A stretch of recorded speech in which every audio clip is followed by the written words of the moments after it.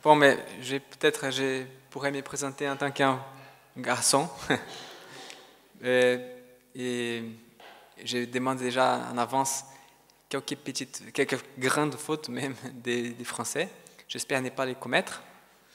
Et j'espère aussi que nous pourrons tous apprendre un peu de la parole du Seigneur. Je vous demande, juste avant de commencer, que nous prions au Seigneur. Merci Seigneur pour cette opportunité que nous avons d'être ici, dans cette maison, dans ta maison. Nous te prions que ta présence puisse remplir ton temple et que nous puissions tous apprendre un peu plus de toi. C'est que nous te demandons au nom de Jésus. Amen, Seigneur. Déjà, merci pour cet honneur et cette opportunité d'être dans cette église, que je pense est une des églises les plus belles en France. Et c'est une grande responsabilité aussi d'être ici. Comme nous avons vu, le texte de la prédication va porter sur les psaumes 126. C'est un psaume que j'imagine ici, presque beaucoup de personnes ont déjà lu. Qui a déjà lu les psaumes 126? Donc il y a quelques-uns qui lèvent la main. C'est un psaume très court, mais je vois qu'il y a plusieurs leçons que nous pouvons retirer de ces passages. D'abord, pour contextualiser les textes, les chercheurs de textes bibliques ne sont pas tous d'accord du moment et de l'auteur du texte. Mais il y a plusieurs qui pensent que le texte a été écrit après le retour du peuple d'Israël de Babylone, après la captivité en Babylone, et que l'auteur aurait même peut-être participé à ces moments-là, à ces retours de la captivité en Babylone. Et moi, personnellement, je peux partager les chapitres en 3 parties. La première, du verset 1 au verset 3. Nous lisons: Quand l'Éternel a ramené les captifs de Sion, nous étions comme dans un rêve. Alors, nous ne cessions de rire et de pousser des cris de joie. Alors, on disait chez les autres peuples: Oh, l'Éternel a fait pour eux des grandes choses. Oui, l'Éternel a fait pour nous des grandes choses. Nous sommes dans la joie. Donc nous voyons ici que l'auteur du texte, il rappelle d'un moment assez significatif dans l'histoire où son peuple a été libéré par Dieu d'une façon miraculeuse, d'une façon incroyable. Et non seulement il se rappelle de ces moments-là, mais lui, c'est comme s'il revit ces moments. C'est comme s'il sent les mêmes émotions parce que la façon qu'il s'exprime est très vivante. Alors nous cessions de rire et de pousser des cris de joie. Nous avons l'impression que la scène de ces retours de la captivité passe devant les yeux de l'auteur au même temps qu'il écrit. Et là, nous pouvons déjà apprendre quelque chose. Nous avons aussi la leçon pour nous que c'est important de rappeler les bonnes choses que Dieu fait dans nos vies.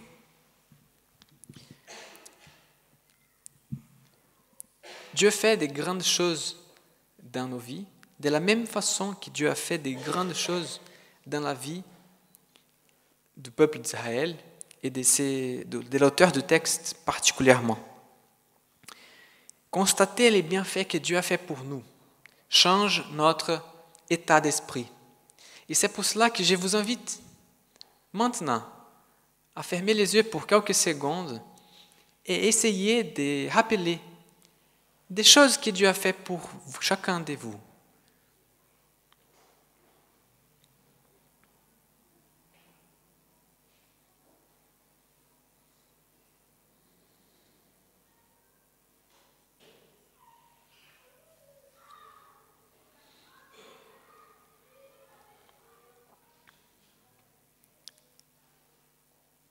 c'est très important de prendre quelques temps pour ça. Des fois, nous vivons dans la vie très agitée, avec une vitesse folle, et nous n'arrivons même pas à voir tout ce que nous avons, toutes les bénédictions que Dieu nous donne, la possibilité de les connaître même. Combien de personnes dans ce monde n'ont pas la même chance que nous d'avoir cette relation avec un Dieu qui est présent chaque instant de notre vie, ou peut-être la possibilité de vivre dans ces pays magnifiques où nous avons la liberté religieuse, où nous avons la liberté, nous avons une certaine sécurité, nous avons des droits, ou peut-être la possibilité d'avoir une famille, d'avoir des amis. Tout ça, ce sont des bénédictions que quelquefois nous les prenons comme des acquis, et pour cette raison, peut-être on ne remercie même pas. Une autre raison de remercier, c'est que nous tous, nous sommes venus dans ce monde sans rien, et nous allons aussi partir sans rien. Et c'est le mieux moment de remercier, c'est quand on a encore. Malheureusement, il y a beaucoup qui se rendent compte d'avoir eu une bénédiction seulement au moment de la perdre. Et c'est dommage. Donc, nous profitons de ces moments de remerciement pour valoriser ce que Dieu nous donne, valoriser aussi les personnes que Dieu nous donne. Parce que nous n'avons pas qu'à remercier des choses. Mais si nous avons quelqu'un que nous pouvons aimer, si nous avons des grands-parents encore en vie, une façon de remercier, c'est de passer du temps avec, c'est de montrer nos sentiments pour eux, dire « je t'aime » à ceux que nous aimons. Et cette première partie termine avec un passage qui dit que même les autres peuples parlaient du peuple d'Israël. Il disait que l'Éternel a fait pour eux de grandes choses. Ce que Dieu avait fait pour le peuple d'Israël était tellement merveilleux que même tous les peuples qui ne connaissaient même pas Dieu étaient obligés de reconnaître que Dieu existait et que Dieu avait fait de grandes choses pour eux. Et en fait, Dieu veut faire la même chose pour nous aussi. Notre relation avec Dieu doit changer notre vie de manière à ce que les autres, en nous voyant, puissent dire qu'il y a quelque chose de différent.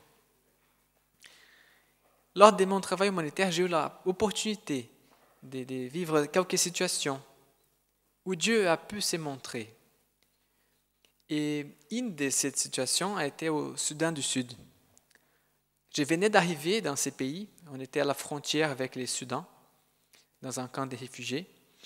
Et j'étais encore stressé parce que je ne connaissais pas encore comment serait le travail et mes responsabilités quand la responsable de la maternité arrive. Elle s'excuse déjà pour la rapidité de me demander des choses, mais elle explique qu'elle a besoin d'un équipement biomédical et qu'elle aurait besoin que moi je les répare. Elle me rend un stéthoscope, si je me rappelle bien, et moi, étonné de recevoir ces matériels sans savoir ni pour où commencer, j'ai juste eu le temps de faire une prière en demandant à Dieu de me montrer ce que je pourrais faire. Moi, je n'avais jamais réparé de tels équipements et je n'avais aucune idée de quoi faire. Elle est partie en me laissant seule avec cet équipement et moi, je ne croyais pas pouvoir faire quelque chose. Mais comme j'avais prié, j'ai dit, bon, je vais essayer. Et grâce à Dieu, il y avait quelque chose qui n'était pas bien assemblé dans l'équipement. Et après quelques manipulations, l'équipement fonctionne. Et moi, tout ravi, je cours pour rencontrer la responsable, qui était aussi étonnée de voir que l'équipement fonctionnait déjà tout de suite. Elle se lève et me demande de la suivre. Et en la suivant, on arrive dans un petit endroit qui c'était peut-être le cimetière des équipements biomédicaux. Et là, j'ai dit non mais Dieu, maintenant, encore une fois, j'ai vraiment besoin de toi. Parce que je ne sais pas qu'est-ce que tu as fait pour les premiers. Et j'ai besoin encore de toi ici. Et finalement, grâce à Dieu, plusieurs équipements de ceux qui ne fonctionnaient pas ont pu être réparés. Et ceci s'est passé plusieurs fois, de façon différente, des problèmes qui arrivaient et Dieu m'aidait à trouver la bonne solution. À tel point qu'un jour, je suis arrivé à cette responsable pour la dire que, en fait, les mérites n'étaient pas à moi. En tout cas, il y avait une grande partie du mérite qui était à mon Dieu. Et je l'explique ça, même sachant qu'elle ne croyait pas en Dieu. Mais j'ai dit, bon, en fait, quelquefois même, je n'arrive pas à savoir pourquoi les choses ont fonctionné. Mais j'ai pris toujours avant. Les choses, elle a entendu, elle n'était pas croyante. Mais après quelques mois de travail ensemble, une fois, elle est arrivée et m'a dit, est-ce que je peux te demander quelque chose? Moi, j'étais déjà étonné parce qu'elle me demandait toujours des choses. Pourquoi qu'elle me demande maintenant si elle peut demander? Et finalement, j'ai dit oui, bien sûr. Et elle dit, je voulais te demander si tu peux prier à ton Dieu pour quelque chose pour moi. Et elle explique quelque chose qui était très cher à elle et qu'elle voulait. Et cette demande vraiment était spéciale parce qu'elle disait ne pas croire en Dieu. Et Dieu peut vraiment nous utiliser comme des outils. Là, je n'ai rien fait. Là, le mérite est complètement à Dieu qui permettait que, même sans savoir réparer un équipement biomédical, il m'aidait, me donnait la clarté et des fois les choses fonctionnaient, même sans que je sache comment. Même une personne qui ne croit pas en Dieu peut être amenée à voir l'existence de Dieu à travers notre vie. Et c'est ça le plan de Dieu. De la même façon que les peuples qui voyaient les peuples d'Israël étaient obligés à reconnaître que Dieu faisait pour eux de grandes choses. Nous aussi, nous sommes appelés à être des témoins vivants où nous sommes, dans le travail, dans la famille, à l'école. Notre façon de vivre, notre patience, la paix, toutes les bénédictions que nous recevons. Et quand je parle de bénédiction, ça ne veut pas dire que nous serons exclus des problèmes, mais les bénédictions, c'est plutôt la possibilité de passer par des problèmes avec Jésus, de passer par la difficulté en paix, sachant que nous ne sommes pas seuls. Et que les personnes puissent voir qu'il y a quelque chose de différent où nous sommes, dans la ville, dans la campagne, dans les petits villages, que notre vie puisse être un témoignage à Dieu parce que nous avons cette relation avec lui. Et l'auteur du texte continue. Et la deuxième partie, pour moi, serait les versets 4. Et dans ces versets, l'auteur, il change un peu la narrative.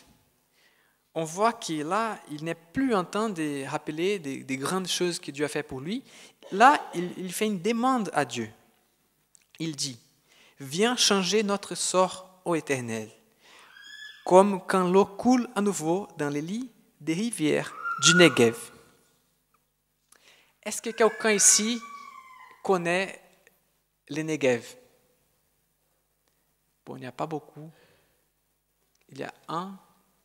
Mais ce n'est pas un problème, parce que nous allons voir une vidéo qui va montrer qu'est-ce que c'est le Negev. Et en fait, l'auteur du texte, il utilise le Negev, qui est une région très aride au sud d'Israël, pour illustrer l'ampleur du changement qu'il a besoin.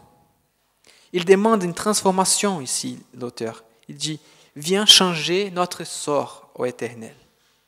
Et il utilise cette image qui pour lui était très claire. Il connaissait bien la région.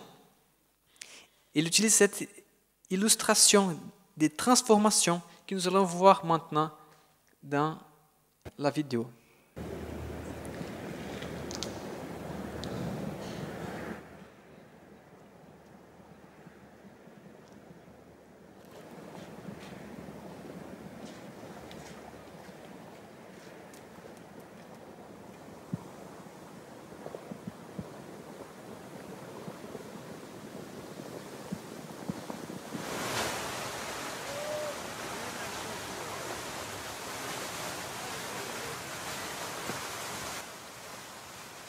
Comme vous voyez, nous avons le Negev, qui est une région très aride, complètement désertique, mais qui d'un moment à l'autre se transforme avec un fleuve, une rivière qui apparaît du rien. Et c'est ça que l'auteur demande à Dieu. Il dit, change notre sort, change notre vie. De la même manière que tu fais apparaître un fleuve au milieu du désert, sans même qu'on puisse voir des pluies. Change notre vie. Nous constatons que la situation du peuple a changé et probablement ils ne sont pas dans la même joie, dans la même allégresse qu'ils étaient au moment de la libération de la captivité. Ils sont peut-être retombés dans un moment difficile, peut-être ils sont encore en conflit avec une autre nation. On ne sait pas exactement les raisons, mais nous savons que les peuples ici, ils passent pour des difficultés.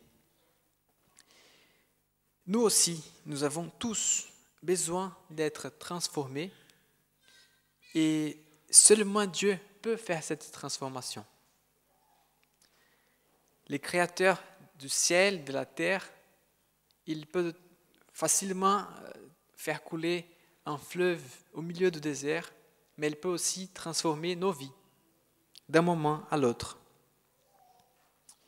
Le désert représente les difficultés que nous avons dans notre vie. Avec l'eau, un endroit complètement sec peut se transformer et devenir un beau jardin. Et nous avons besoin de cette transformation. Nous avons besoin de l'eau divine, que l'eau divine entre dans nos vies et transforme nos cœurs. Peut-être nous avons des déserts dans la vie familiale. Peut-être nous avons des difficultés ou des déserts dans la santé ou dans le travail. Chacun ici a une difficulté. Chacun ici connaît ces difficultés. Et nous avons besoin de Dieu pour nous aider à vaincre ces difficultés. Mais comment Dieu fait pour transformer nos vies? Dieu transforme, ça c'est une certitude. Mais comment il fait? Il y a plusieurs façons que Dieu utilise. Une façon, c'est à travers les circonstances. Des fois, la circonstance change et cela nous permet de changer, de sortir d'une situation difficile. Une autre façon, c'est aussi à travers des êtres célestes. Nous voyons dans la Bible que quelquefois Dieu intervient à travers des anges. Mais Dieu aime beaucoup aussi s'utiliser d'autres personnes pour transformer les vies des personnes. Et si nous faisons un peu attention, nous voyons que nous ne sommes pas les seuls à avoir besoin de cette transformation. En fait, en regardant mieux, on voit que peut-être il y a des personnes qui ont même beaucoup plus besoin que nous. Récemment, dans les derniers rapports de l'Agence des Nations Unies pour les réfugiés, ONU a constaté que vers la fin de 2018, on dépassait les 70 millions de personnes forcées à se déplacer suite à des persécutions conflits, violences ou violations des droits de l'homme. Ça, c'est juste une petite partie, parce que nous avons aussi un grand nombre de personnes qui ne sont pas déplacées, mais qui souffrent des besoins essentiels, qui n'arrivent pas à avoir accès à l'eau potable, à la nourriture, au travail, à l'éducation, qui n'ont pas accès à des besoins essentiels. Et sachant que Dieu utilise les personnes pour transformer la vie des personnes, Dieu attend de nous aussi de participer, non seulement de recevoir la transformation divine, mais qu'une fois transformés, que nous puissions être aussi des agents de transformation dans la vie des autres. Et pour cela, je voulais vous raconter une histoire vraie, une histoire d'un couple français qui a passé par un moment très difficile dans sa vie. Albert et Nicole se sont convertis et après quelque temps, Nicole est devenue très, très malade. Dans sa maladie, Albert devait prendre des soins et il a dû laisser beaucoup de ses activités à côté pour se consacrer à prendre soin de son épouse. Il est resté très longtemps à l'hôpital pour accompagner les traitements. Tellement longtemps qu'il a même il a eu l'occasion d'expliquer au personnel qui travaillait là-bas un peu sur la Bible et expliquer un peu ses croyances. Il y a eu même des personnes qui finalement ont eu une rencontre avec Jésus grâce à sa présence en prenant soin de son épouse. Et finalement, après très longtemps, Nicole a été guérie. Et tous les deux ont retourné à la maison. Ils étaient assez tranquilles vu que la plupart des activités d'Albert étaient cessées. Et ils ont compris que Dieu voulait leur dire quelque chose. Ils sentaient que Dieu voulait les montrer. Et ils ont séparé un temps, juste pour prier et demander la direction de Dieu. Et pendant cette période, tous les deux se sont consacrés à cette recherche, ils ont reçu une lettre. Et cette lettre n'était pas une lettre ordinaire, parce qu'elle venait du Congo. Et c'était d'une personne qui demandait de l'aide. Et tous les deux ont compris que c'était la réponse de Dieu à leur prière. Dieu a mis en leur cœur la volonté de développer des communautés locales pauvres à travers les microcrédits et l'agriculture. Et Albert est parti pour réaliser cette mission. Mais comment nous pouvons aussi être des instruments dans la main de Dieu? Bon, la première chose pour pouvoir être un instrument dans les mains de Dieu, c'est d'avoir l'amour pour les enfants de Dieu. Si notre action n'est pas poussée par l'amour, nous n'aurons pas les pouvoirs de Dieu. C'est l'amour de Dieu qui doit nous pousser à l'action. Et c'est aussi une opportunité à nous de nous poser la question, quelles sont mes réelles motivations quand je veux aider quelqu'un? Est-ce que c'est vraiment parce que j'ai un intérêt sincère au bien-être de cette personne? La Bible le dit, mes enfants, la première lettre de Jean 3, 18, mes enfants, que notre amour ne se limite pas à des discours et à des belles paroles, mais qu'il manifeste sa réalité par des actes. C'est l'amour qui incite les actes. Pendant que nous regardons à travers la fenêtre et nous voyons les personnes qui passent et nous ne sommes pas touchés, nous n'aurons pas les pouvoirs d'aller et faire quelque chose. C'est quand nous aurons cet intérêt authentique, de l'empathie, que nous ne serons plus en mesure de nous tenir pour vouloir faire quelque chose, que nous pourrons voir Dieu agir à travers nous. Et après avoir cherché en Dieu cet amour, en fait, la deuxième chose que nous devons faire, c'est la prière. Juste vouloir agir sans savoir quoi faire aussi ne va pas nous permettre d'être très efficaces. Mais en priant, en cherchant cette communion avec Dieu, avec Jésus, nous serons en mesure de démontrer cette volonté à Dieu d'être des instruments dans ses mains. Et une fois qu'on prie, finalement, la troisième chose, c'est être à l'écoute du Saint-Esprit et agir en conséquence. Après avoir demandé la direction divine, nous devons aussi prendre du temps pour écouter. Ne pas laisser la vie avec la demande que nous avons aujourd'hui, avec tous les... Aujourd'hui, c'est comme si on n'a plus le temps pour faire rien. Et ça, c'est un piège qui peut nous empêcher d'arrêter pour entendre ce que Dieu veut nous dire. Comme par exemple pour Samuel, dans la première fois qu'il a entendu la voix de Dieu, il ne connaissait pas.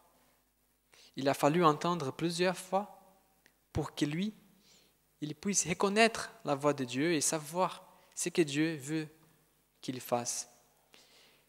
Et nous aussi, nous avons besoin de cette relation avec Dieu, des moments de calme au milieu de la vie que nous avons, qui, j'imagine, pour tous ici, vous avez beaucoup de choses à faire, mais nous avons besoin de ces temps calmes, de ces temps seuls avec Dieu.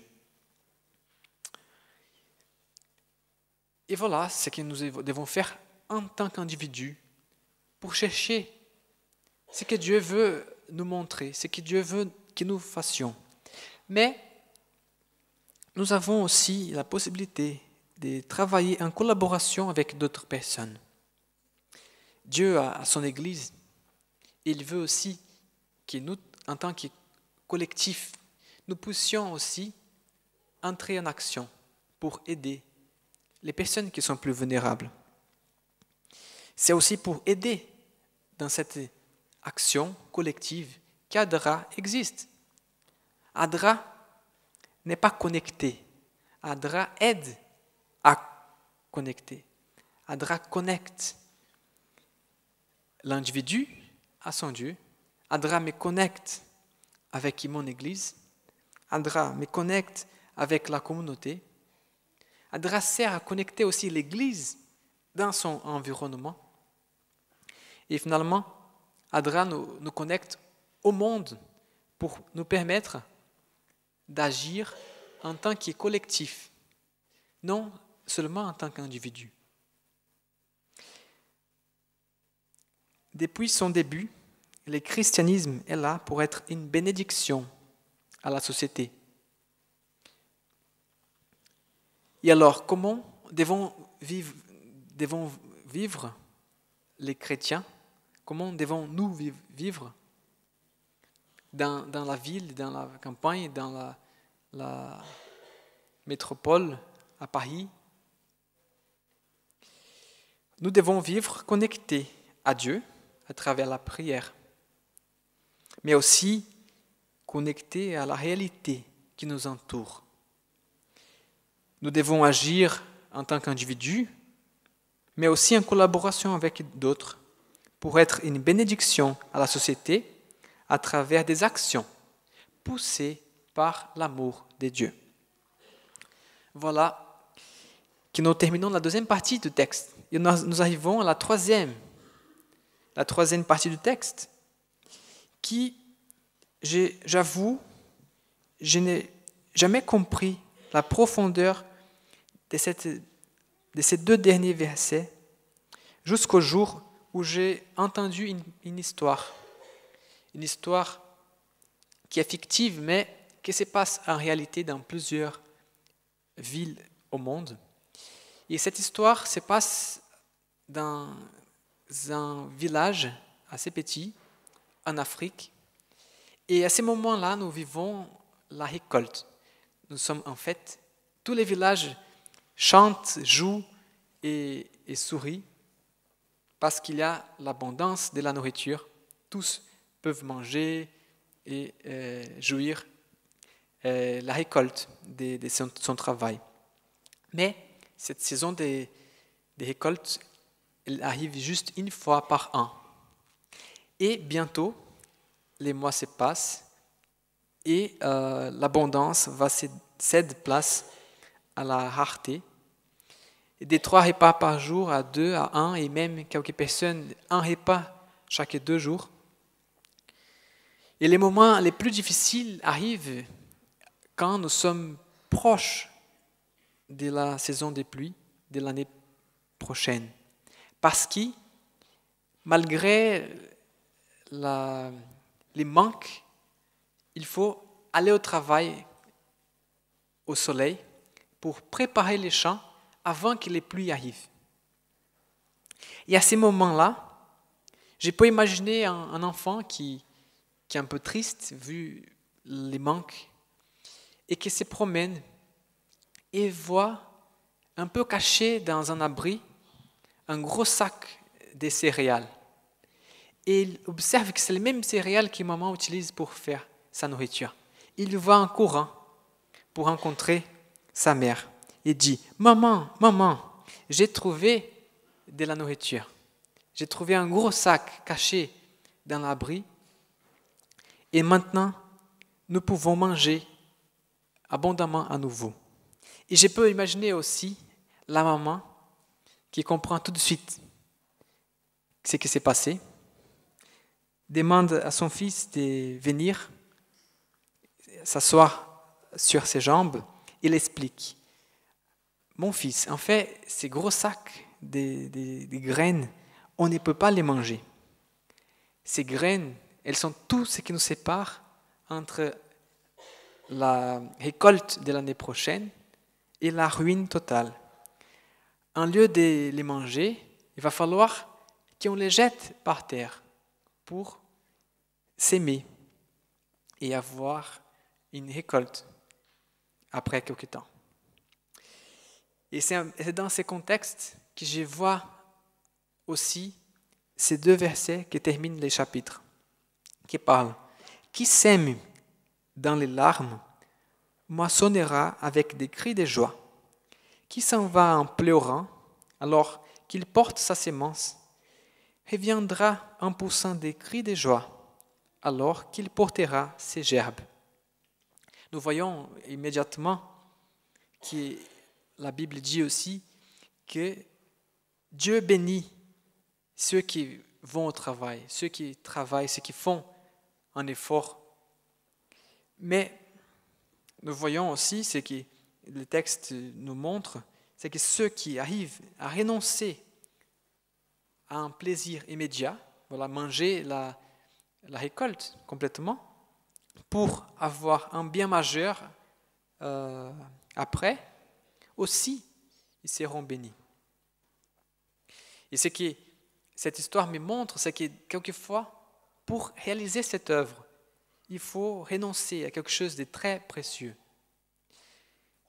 Et ces 2 versets s'appliquent aussi à nous, parce que quand nous allons faire quelque chose à quelqu'un, nous devons aussi renoncer à quelque chose qui peut être très précieux. Peut-être c'est notre temps, ou peut-être c'est un peu de l'argent qu'on a gagné avec du travail très dur. Mais ici, les textes nous montrent que faire quelque chose pour un bien supérieur, renoncer à ce que nous avons pour avoir cette bénédiction, après, va aussi porter des fruits. La Bible les dit très clairement. Et quiconque donnera seulement un verre d'eau froide à l'un de ses petits, parce qu'il est mon disciple, je vous le dis en vérité, il ne perdra point sa récompense. La Bible montre que Dieu récompense tous ceux qui vont vers les prochains pour l'aider, motivés par l'amour. Ma motivation d'aider quelqu'un ne doit pas être les bénédictions que je vais recevoir de Dieu. Nous savons tous que le salut est gratuit. Les bénédictions que nous allons recevoir, c'est une conséquence, mais ce n'est pas ce que nous cherchons immédiatement. Notre vie éternelle, elle est gratuite. Nous ne pouvons pas acheter en faisant du bien à quelqu'un. Mais, dans sa loi d'amour, Dieu a prévu que chaque action faite pour aider quelqu'un aura aussi une récompense. Et il y a deux récompenses que nous voyons directement. La première récompense, elle est directe. C'est la joie et le bonheur de faire du bien à quelqu'un. La Bible le dit aussi en Actes 20, 35, « Je vous ai montré de toute manière que c'est en travaillant ainsi qu'il faut soutenir les faibles. » Et c'est rappeler les paroles du Seigneur, qui a dit lui-même, « Il y a plus de bonheur à donner qu'à recevoir. » Voilà un secret du bonheur. Et je trouve que malheureusement, notre société a complètement oublié ça, même s'il est si simple. Et je pense aussi que cet oubli peut expliquer pourquoi nous rencontrons tant de problèmes psychologiques, personnes déprimées, des cas de suicide et des personnes qui ont tout et qui s'enlèvent la vie. Parce qu'ils cherchent la joie, mais ils ne savent pas où trouver. Et la Bible le dit clairement. Il y a plus de bonheur à donner qu'à recevoir. Nous vivons dans une société individualiste dans laquelle cette vérité est presque oubliée. Et la deuxième façon que nous sommes récompensés par les choses que nous faisons aux autres, c'est de manière indirecte, par des bénédictions spirituelles que nous avons. En fait, Dieu nous utilise. Il peut nous utiliser comme des instruments pour la transformation des vies. Et au même temps que Dieu transforme quelqu'un à travers nous, il est aussi en train de nous transformer à nous-mêmes. En fait, quand nous nous mettons au travail, quand nous nous donnons la disponibilité à participer à cette œuvre divine, Dieu profite aussi pour transformer nos cœurs. Prendre la succession de quelqu'un ici, peut-être dans une entreprise, peut être quelque chose de difficile, surtout si ce que la personne a fait était très bien. Imaginons, nous, prendre la succession de ce que Jésus a fait. Et en fait, c'est ça que Jésus nous demande. Les messagers du Seigneur ont reçu pour mission de continuer l'œuvre que Jésus avait commencée quand il était sur la terre. Ils doivent s'adonner à toutes les activités qu'il a déployées. Et en plus, c'est en participant à cette œuvre que Jésus nous donne que nous pourrons réaliser les plans que Dieu a pour nos vies. Et les plans que Dieu a pour la vie de chacun ici est beaucoup plus grand que tout ce que vous pouvez imaginer. Il n'y a plus de joie plus parfaite qui est d'accomplir les plans de Dieu en laissant le Saint-Esprit guider nos vies. Donc nous avons vu dans ces petits chapitres plusieurs leçons. La première, c'est qu'il faut reconnaître la bonté de Dieu à nous. Dieu nous donne des bénédictions. Et ces bénédictions peuvent servir aussi comme témoignage à d'autres personnes autour de nous. Notre relation avec Dieu doit nous transformer au point que les personnes voient la différence en nous. Nous avons vu aussi que Dieu transforme la vie des personnes, comme il peut transformer un désert en faisant couler une rivière d'un moment à l'autre. Et que Dieu transforme l'histoire des personnes comme moi et toi, mais que Dieu aussi doit transformer les personnes ailleurs, qu'il y a des personnes qui ont besoin de cette restauration divine, et que Dieu s'utilise des instruments humains, et qu'en fait, il y a un appel pour chacun ici à participer de cette œuvre de transformation d'autres personnes. Nous avons terminé pour voir qu'en participant de cette œuvre de transformation des autres, nous sommes aussi bénis et que je suis énormément récompensé lorsque j'accepte de réaliser les plans que Dieu a pour ma vie. J'ai commencé à raconter l'histoire d'Albert et Nicole quand ils ont prié et reçu une réponse. Mais je n'ai pas terminé cette petite histoire. Après avoir la réponse, Albert est parti au Congo. Et il a commencé un projet de microcrédit auprès des personnes les plus vulnérables. La plupart des mamans, souvent sans mari.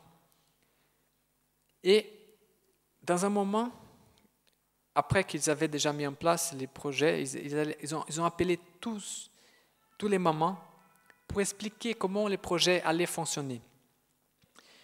Les mamans étaient dans la petite assemblée et Albert expliquait comment les projets des microcrédits devaient se dérouler.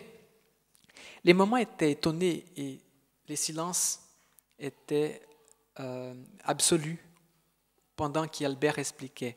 Jusqu'à proche de la fin, quand une maman, après 2, 3, et tous les mamans ont commencé à crier quelque chose en lingala. Et Albert était étonné de voir ce qui s'est passé, il ne comprenait pas. Il a demandé à son traducteur, qu'est-ce qui se passe? Et le traducteur ne comprenait pas non plus, il a dit juste, bon, toute l'assemblée crie, Dieu est sourd. Mais moi, je ne comprends pas pourquoi il crie ça. Une maman qui était plus proche a compris que les deux ne comprenaient rien de ce qui se passait et elle a expliqué. Nous avons compris aujourd'hui que Dieu a répondu à nos prières. Mais nous avons clamé à Dieu pendant des années en demandant de l'aide. Nos enfants avaient faim et nous n'avions rien à leur donner. Nous avons prié et pleuré devant Dieu des nuits entières. Nous n'avions même pas de l'argent pour acheter des médicaments lorsque nos enfants étaient malades. Nous n'avons eu que le silence comme réponse jusqu'aujourd'hui. Pendant tout ce temps, Dieu n'a pas entendu nos cris de désespoir. C'est pourquoi on a conclu, Dieu est sourd. Surpris par ce qu'il a entendu, Albert a fait une prière en demandant à Dieu de lui montrer ce qu'il devait répondre à ses mamans. Levant les bras en demandant du silence devant l'assemblée, Albert, il a parlé ce que le Saint-Esprit l'avait mis dans sa tête. Il parle, Dieu n'est pas sourd, c'est moi qui le suis, car j'ai mis longtemps à entendre la voix de Dieu. Albert, peut-être il a pris du temps à comprendre, mais dès qu'il a entendu la voix de Dieu qu'il devait partir, il est parti, il a fait quelque chose. La mission que Dieu a pour toi et pour moi n'est pas la même. Dieu a une mission unique pour chacun ici présent. Même si Albert n'a pas commencé peut-être au moment idéal, peut-être ça a pris très longtemps pour les mamans qui ont attendu des années cette bénédiction. Mais il est parti dès qu'il a compris. Albert et son épouse, aujourd'hui, ils reposent déjà en attendant la deuxième venue de Jésus. Mais grâce à ces couples qui ont accepté d'être des instruments de Dieu pour transformer des vies, des milliers de vies en Afrique ont déjà été touchées par ces projets. Et Dieu veut aussi que nous puissions accepter cet appel. Accepter l'appel de Dieu pour être son instrument de transformation, en demandant ce que Dieu veut que vous fassiez. Si vous voulez accepter cet appel, je vous invite de vous lever pour démontrer à Dieu cette volonté d'être son instrument où il veut que vous soyez. Dans les mains de Dieu, nous sommes des instruments puissants pour la transformation des vies. Lui-même va nous rendre capables à affronter les défis que nous allons rencontrer dans la réalisation de son œuvre. Comme nous pouvons lire dans l'espoir de l'humanité,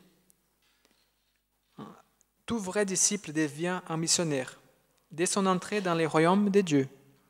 Celui qui a bu des eaux de la vie devient lui-même une source de vie. Dès qu'il a reçu, il commence à donner. La grâce du Christ dans un âme est comme une source dans le désert, jaillissant pour rafraîchir tous les passants, donnant à ceux qui allaient périr le désir de boire des eaux de la vie. Je vais faire une prière et si quelqu'un veut vraiment être à la main de Dieu pour que Dieu puisse les montrer, vous pouvez vous lever en signe d'acceptation de cet appel. Merci Seigneur. Merci parce que tu nous appelles même incomplet, même faible, même incapable. Et c'est toi qui nous capacites à réaliser ton œuvre, Seigneur. Merci pour l'honneur que tu nous donnes de pouvoir participer à ce travail de transformation des vies. Aide-nous, Seigneur, à entendre ta voix, à trouver plus de temps pour passer avec toi et être attentif à ton Saint-Esprit pour pouvoir agir en conséquence à tes instructions, Seigneur. Nous savons que tout seul, nous ne pouvons pas changer la situation, mais toi, avec nous, nous pouvons avoir un impact réel dans la vie des personnes. Et nous voulons, à ces moments, remettre nos vies à tes pieds, remettre nos vies devant toi, pour que tu puisses nous utiliser de la meilleure façon que tu veux, comme des outils entre tes mains. Au nom de Jésus. Amen.